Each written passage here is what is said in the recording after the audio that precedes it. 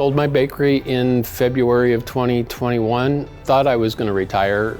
I lasted about a month and a half. I couldn't watch any more Netflix and started just talking with salesmen that I knew, and they all told me that chef needed somebody, so I went to the San Manuel recruitment center and they hired me on the spot right then.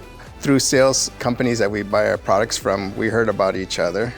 And there were times that sometimes Chris came and borrowed products from my bakery and I had to borrow products from his bakery. And at that time we shared, and that's the way our industry worked. We'd borrow something, then when we receive our order, we pay back and all that. Well, I owned Ontario Bakery for 40 years. For me, I got into the business because I loved baking, loved working with my hands.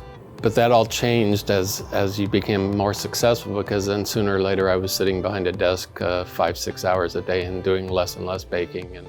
There were several bakeries in the city, and I was in Chino, California, and Chris was in the borderline, which is Ontario, California. So we knew each other, but it was more of a competitive type thing. We always were aware of the other bakeries in the area. So, we were all chasing the same customer. He kind of did his own style of baking and I did my own style of baking and all that. I'm going to be completely honest with you. I always thought that Ontario Bakery had the best product in the area. I'm sure he's got a different opinion. We can argue about that later on. It's really great having an experienced baker on my team.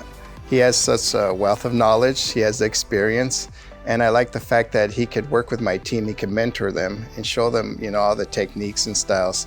So I'm glad that he's part of the team. That's sort of why I like working here, is because I get to bake again.